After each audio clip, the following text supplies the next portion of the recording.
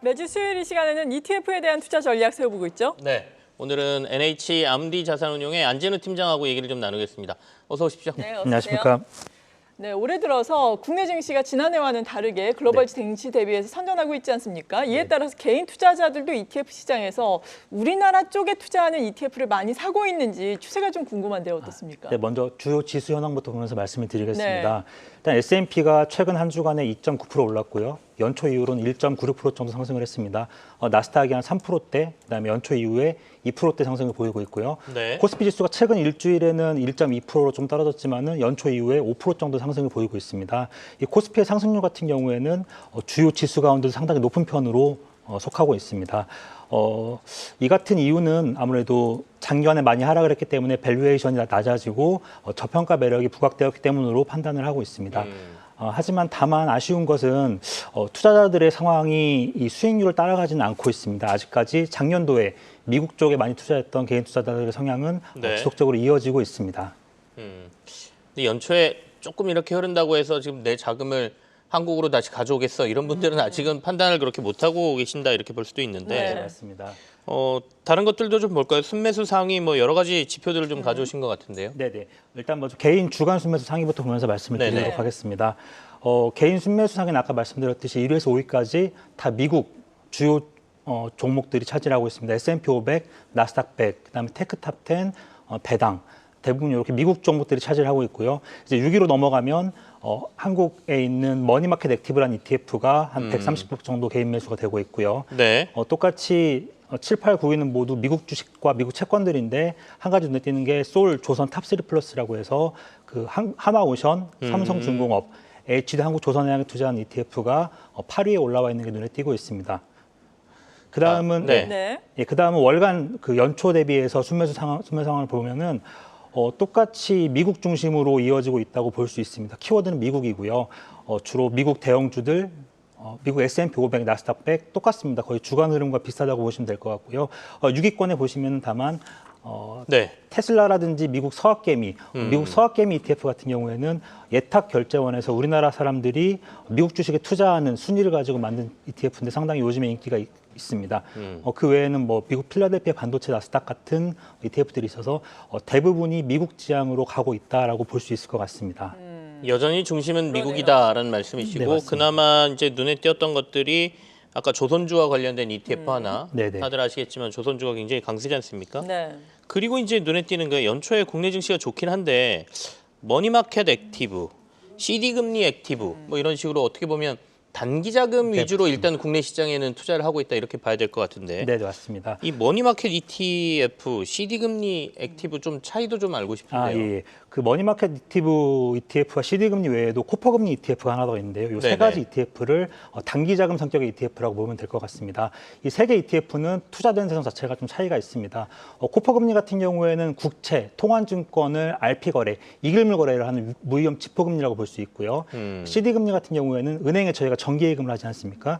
그 정기예금을 양도성을 부과한 양도성 예금증서 보통 91일문이 많이 쓰이고 있습니다. 네. 머니마켓 같은 경우에는 주로 기업의 단기 채권, 단기 전자사채 이런 것들이 포함이 돼 있어가지고 세 가지를 비교를 해보면은 가장 안전한 국채 통환채, 그다음에 어느 정도 안정성을 띈 은행 정기예금의 양도성 예금증서, 그다음에 기업들의 단기 채권 이 세 가지가 좀 다르다고 볼 수 있습니다. 안정성은 지금 나온 표로 보면 위에 있는 게 가장 높고 예, 맞습니다. 금리는 반대로 그러면 머니마켓이 제일 높고 이렇게 봐야 되나요? 예, 맞습니다. 예. 아무래도 하이리스크 하이리턴이기 네. 때문에 그만큼 안전한 만큼 금리는 좀 낮을 수밖에 없고요. 말씀하신 대로 좀 높은 위험도를 가지면 금리는 약간 높게 나타날 수밖에 없는 것 같습니다. 네. 그리고 개인 투자자들이 퇴직연금도 요즘에 관심이 많잖아요. 네, 맞습니다. 이러한 뭐 단기 자금형 ETF가 퇴직연금 쪽에서도 투자를 할 수 있는 거예요? 네, 맞습니다. 퇴직연금에서 투자를 할 수가 있습니다. 다만 차이가 좀 있는데요. 네. 머니마켓 같은 경우에는 안전자산으로 분류돼서 100%까지 투자를 할 수가 있습니다. 네. 다만 그 CD금리와 코퍼금리 같은 경우에는 합성 형태로 많이 운용이 되기 때문에 이게 위험자산으로 분류가 되는 경우가 많이 있습니다. 그래서 전체 자산의 70%까지밖에 투자를 하지 못하게 되는데요. 그래서 그 보통 그 70% 정도를 주식으로 채우고 30% 정도를 이런 단기자금 ETF로 많이 채우시는데 이런 것들에 있어서 MAF가 그래서 인기가 좀 있지 않나, 머니마켓 ETF가 인기가 있지 않나라고 판단을 하고 있습니다. 다만 상품마다 그 투자 한도는 조금씩 다르기 때문에 네. 연금 사업자에게 한번 확인해 볼 필요는 있을 것 같습니다. 자산 배분 측면에서 자신의 은퇴 자금을 굴릴 때 이 단기 자금과 관련된 ETF도 투자할 만하다 이런 말씀이신데. 예, 단기 자금 ETF도 잠깐 유동성 있는 자금, 네. 단기적으로 투자한 자금이나 아니면 아직 방향성을 잡지 못했을 때 그냥 현금으로 두지 말고 네, 여기다 맞습니다. 넣는 게 차라리 낫다 이런 말씀이시잖아요. 네, 수익률은 맞습니다. 어떻습니까? 수익률은 아까 말씀드린 대로 위험도에 따라서 좀 차이가 있습니다. 호퍼금리 같은 경우에는 12개월이 3.52%, 그다음에 CD금리 같은 경우에 3.53%, 가장 리스크가 큰 머니마켓 액티브 같은 경우에는 12개월에 4% 정도의 금리가 나오고 있습니다. 그래서 퇴직연금도 그냥 투자할 자산이 없다고 놀리는 것보다는 이런 단기 자금 형태의 ETF에 투자하는 것들이 수익률에 좀 도움이 되지 않을까 싶습니다. 네, 단기 자금과 관련해서 관심이 있으신 분들은 또 단기 자금 ETF를 살펴보시는 것도 좋을 것 같네요. 다른 ETF들 같은 경우에는 수익률이 지금 요즘에 어느 정도입니까? 요즘 수익률 같은 예. 경우에는 주로 앞서 살펴본 순매수 동향 같은 경우에는 주로 미국이었지만은 수익률 같은 경우에는 국내 ETF들이 많이 있습니다. 네. 주간 수익률 상위를 보시면은 솔의 전고체 배터리에 실리콘 응급제가 한 10% 정도의 수익률을 보이고 있고요.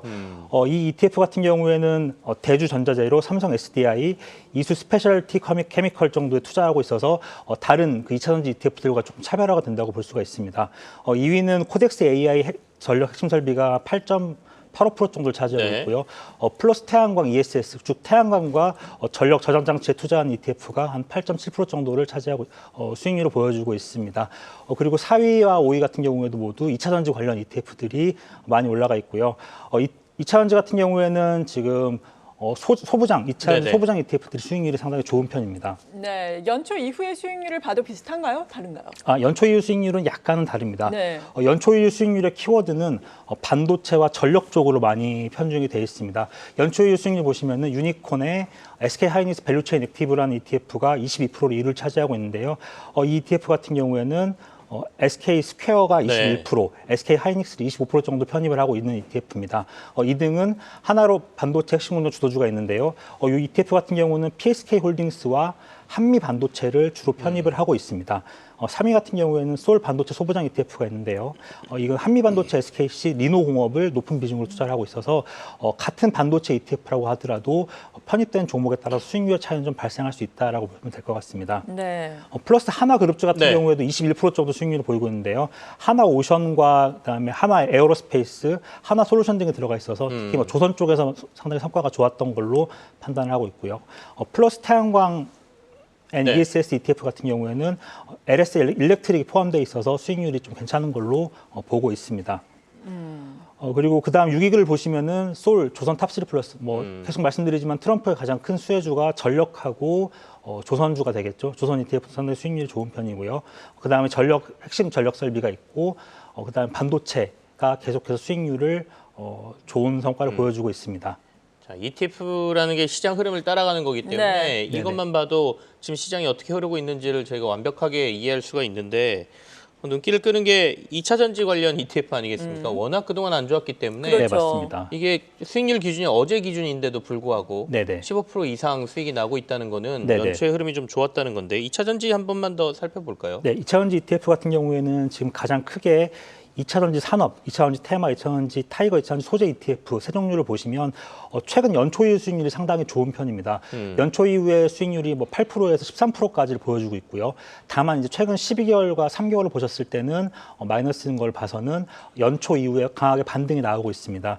이게 지속적인 반등이 될지 아니면은 추세적으로 계속 올라갈지는 모르겠지만은 잠시 관심을 가져보실 필요는 있는 것 같습니다. 그래서 1, 2월 수익률도 지금 6%에서 7% 정도로 상당히 좋은 편이기 때문에 네. 예, 아까 말씀드린 그 포인트는 좀 확인하실 필요가 있을 것 같습니다. 네, 그렇군요.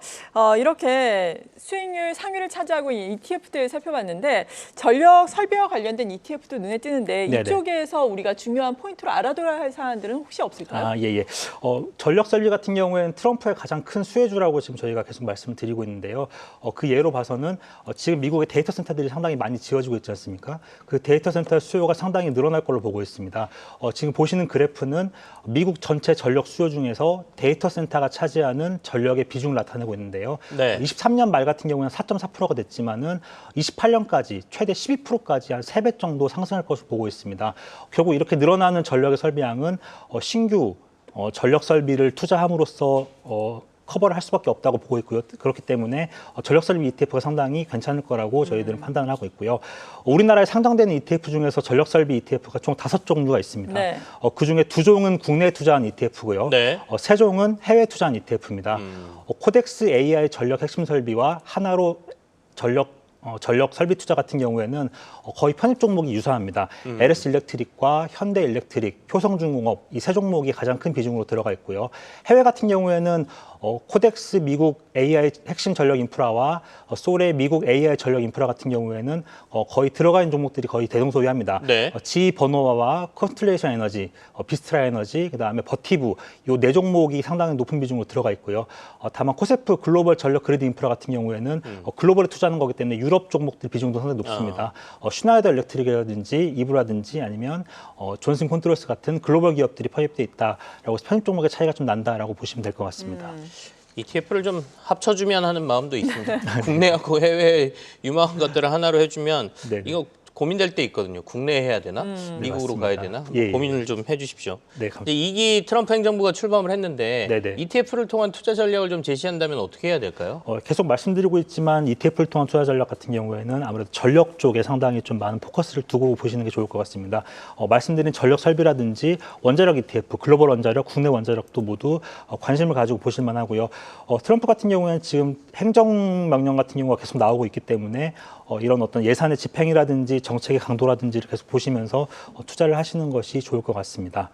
그리고 조선 ETF도 좀 관심을 가지시면 할 건데요. 네. 우리나라에 좀 조선 ETF가 4종목 정도 상장이 되어 있습니다. 각자의 편입 비중이 다르고 ETF가 그 투자되는 그 최대 편입 비중이 다르기 때문에 이것들도 한번 종목들을 반드시 한번 살펴보시고 투자를 하시는 것이 좋으실 것 같습니다. 네. 네, 지금까지 ETF 투자 전략 세워봤습니다. NH 아문디 자산운용의 안진우 팀장이었습니다. 고맙습니다. 네, 감사합니다. 계속해서 다양한 경제 이슈를 알고 싶다면 구독과 좋아요, 알림 설정 부탁드립니다. AI 캐스터 권미정이었습니다.